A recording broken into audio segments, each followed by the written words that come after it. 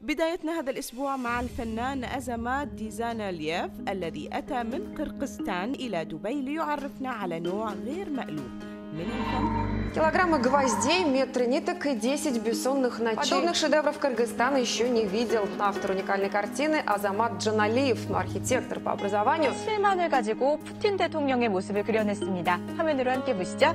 키르기즈족 출신 예술가 아자마트는 This artist has created a portrait of Vladimir Putin with nails and threads for the Russian president's 64th birthday. Художник из Кыргызстана создал портрет юного Владимира Путина. Планирует подарить Рамзану Кадырову вот эту картину. Как знак дружбы двух наций, Азамат вновь решил сделать очередную историческую картину в стиле стринг-арт из гвоздей и ниток. И посвятить свое путешествие 25-летию независимости Кыргызстана. Художник из Киргизии Азамат Джаналиев. Киргизский художник Азамат Джаналиев создал большой портрет. Состоит из гвоздей и ниток. Такой стиль называется стринг-арт.